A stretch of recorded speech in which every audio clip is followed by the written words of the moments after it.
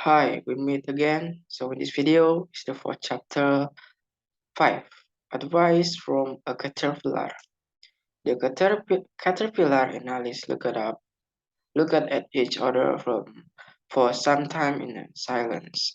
At last the caterpillar took the hookah out of its mouth and addressed her in a low sleepy voice. Who are you? Said the caterpillar. This was not an encouraging opening for a conversation. Alice replied rather silently. I hardly know, sir, just at present. At least I know who I was when I got up this morning, but I think I must have been changed several times since then. What do you mean by that? Said the caterpillar sternly. Explain yourself. I cannot explain myself, I'm afraid, sir, said Alice, because I'm not myself, you see. I don't see, said the caterpillar. I'm afraid I cannot put it more clearly, Alice replied very politely, for I cannot understand it myself to begin with, and being so many different sides in a day is very confusing. It isn't, said the caterpillar. Well, perhaps you haven't found it so yet, said Alice. But when you have to turn into chrysalis, you will someday, and then after that into a butterfly. I so think you will feel it a little queer, won't you? Not a bit, said the caterpillar. Well, perhaps your feelings might be different, said Alice. All I know is it will feel very queer to me. You, said Caterpillar content- contemptuously, who are you? Which brought them back again to the beginning of the conversation. Alice felt a little irritated at the caterpillars making such a very short remarkables, and she drew herself up and said very gravely, I think you ought to tell me who you are first. Why? Said the caterpillar. Here was another puzzling question, and as Alice could not think of any good reason, and as Caterpillar seemed to be in a very unpleasant state of mind, she turned away. Come back, the caterpillar called after her. I have something important to say. This sudden sounded promising. Certainly, Alice turned and came back again. Keep your temper, said the caterpillar. Is that all? Said Alice, swallowing down her anger as well as she could. No, said the caterpillar. Alice thought she might as well wait as she had nothing else to do, and perhaps after all of it, tell her something worth hearing. For some minutes it bobbed away without speaking, but at last it unfolded its arms, took the hookah out of its mouth again, and said, So you think you are changed, do you? I'm afraid I am, sir, said Alice. I cannot remember things as I used, and I don't keep the same size for 10 minutes together. Cannot remember what things? Said the caterpillar. Well, I have tried to say, how doth the little busy bee? But it all came different, Alice replied in a very melancholy voice. Repeat, you are old, Father William, said the caterpillar. Alice folded her hands and began. You are old, Father William, the young man said, and your hair has become very white, and yet you incessantly stand on your head. Do you think at your age it is right in my mouth? Father William replied his son. I feared it might injure the brain, but now what I'm perfectly sure I have none. Why I do it again and again? You are all, said the youth, as I mentioned before, and have grown most uncommonly fat. Yet you turn a back servants it at the door. Pray what is the reason of that? In my youth, said the sage, as he shook his grey locks, I kept all my limbs very supple by the use of this And ma'am, when selling the books, allow me to sell you a couple. You are old, said Yod, and your jaws are too weak for anything together than sweat. Yet you finished the goose with the bones and the beak. Pray, how did you manage to do it? In my youth, said his father. I looked, I took the arm, the law, and adjudged its case with my wife, and the muscular strength which is gave to my jaw has has tasted the rest of my life. You are old, said the youth. One would hardly suppose that your eye was steadily as ever. Yet you balance an eel on the end of your nose. What made you so awfully clever? I have answered the three questions, and that is enough, said his father. Don't give yourself airs. Do you think I can listen all days to such stuff? Be off, I will kick you downstairs. That is not said right, said the caterpillar. Not quite right, I am afraid, said Alice timidly. Some of the words have got altered. It is wrong from beginning to the end, said the caterpillar decidedly, and there was silence for some minutes. The caterpillar was the first to speak. What size do you want to be? It asked. Oh, I'm not particular as to size, Alice hastily replied. Only one doesn't like changing so often. I don't know, said the caterpillar. Alice said nothing. She had never been so much contradicted in her life before, and she felt that she was losing her temper. Are you content now? Said the caterpillar. Well, I should like to be a little larger, sir. If you wouldn't mind, said Alice. 3 inches is such a wretched height to be. It is a very good height indeed, said the caterpillar angrily, rearing itself upright as it spoke. It was exactly 3 inches high. But I'm not used to weight, pleaded poor Alice in a petty tone, and she thought to herself, I wish the creators wouldn't be so easily offended. You will get used to it in time, said the caterpillar, and it put the hookah into its mouth and began smoking again. This time Alice waited patiently until it closed to speak again. In a minute or two, the caterpillar took the hookah out of his mouth and yawned once or twice and shook itself. Then it got down off the mushroom and crawled away into the grass, merrily smirking as it went. One side will make you grow taller, and the other side will make you grow shorter. One side of what? The other side of what? Thought Alice to herself. Of the mushroom, said the caterpillar, just as if he said I get it alone. And in another moment it was out of sight.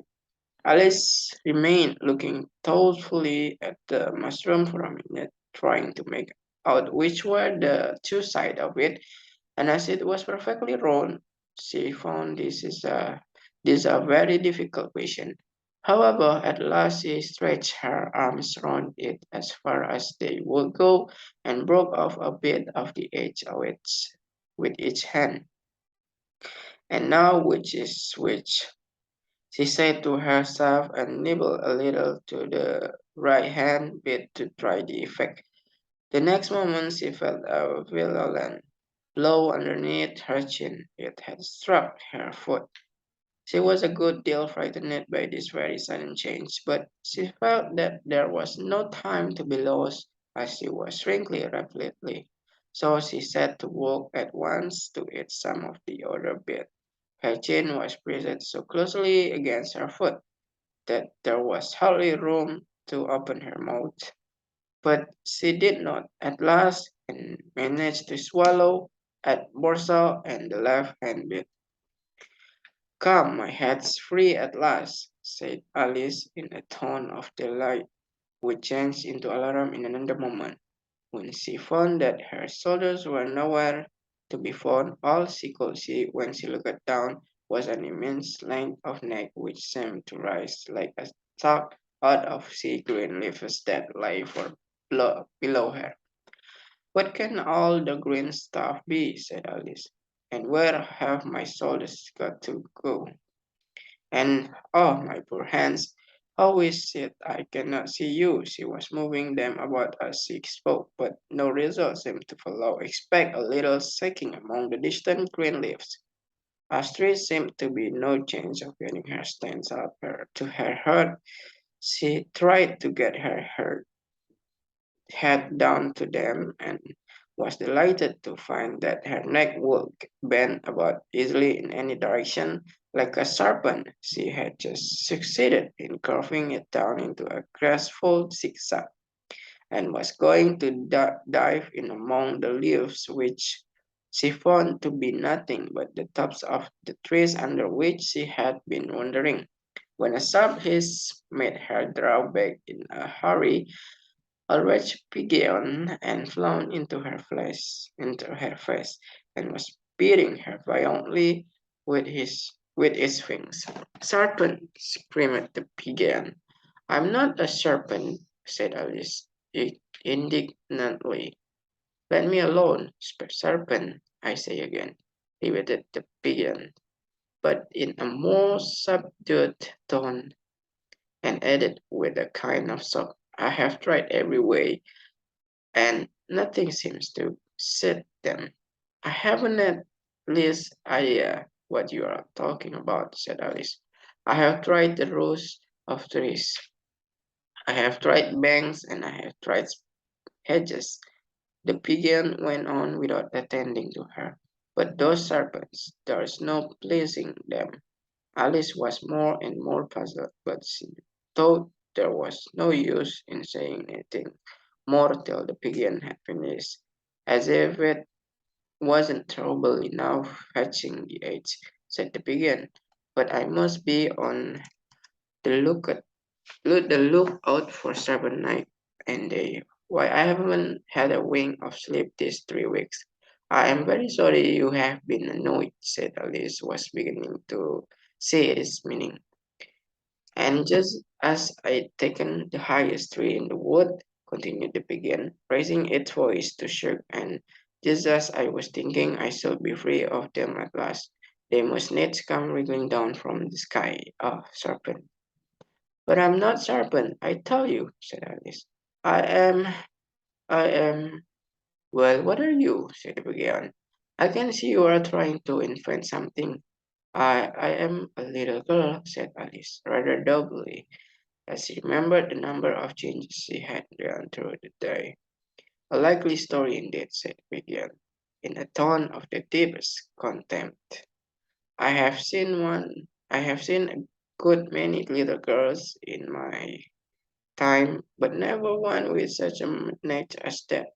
No, no, you are a serpent, and there is no use denying it. I suppose you will be telling me next that you never tasted. Sorry. I suppose you will be telling me next that you never tasted an egg.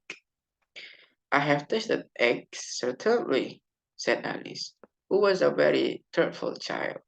"But little girls eat eggs quite as much as serpents do, you know." "I don't believe it," said the pigeon. "But if they do, why then they are a kind of serpent. That's all I can say." This was such a new idea to Alice that she was quite silent for a minute or two, which gave the pigeon the opportunity of adding, "You are looking for eggs. I know that well enough. And what does it matter to me whether you are a little girl or a serpent?" "It matters a good deal to me," said Alice hastily. "But I'm not looking for eggs, as it happens. And if I was, I shouldn't want yours. I don't like them raw." "Well, be off then," said the pigeon, in a sulky tone, as it settled down again into its nest.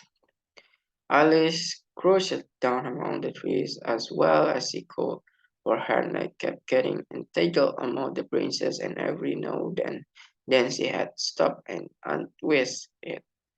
After a while, she remembered that she still held in the pieces of mushroom in her hands, and she set to work very carefully, nibbling first at one and then at the other, and growing sometimes taller and sometimes shorter, until she had succeeded in bringing herself down to her usual height. It was so long since she had been anything near the right size that it felt quite strange at first, but she got used to it and in a few minutes and began talking to herself as usual. Come, there is a half my plan done now. How puzzling these changes are. I'm never sure where I'm going to be from one minute to another. However, I've got back to my right size. The next thing is to get into the beautiful garden. How is that to be done? I wonder. As she said this, she came suddenly upon an open place with a little house in it about 4 feet high. Whoever lives there, thought Alice, it will never do it will never do to come upon them this size. Why, I should frighten them out of their wits. So she began nibbling at the right hand bit again, and did not venture to go near the house till she had rolled herself down to 9 inches high. So that's all for the chapter 5. Uh, Next video will be chapter 6. So thank you for watching me and see you.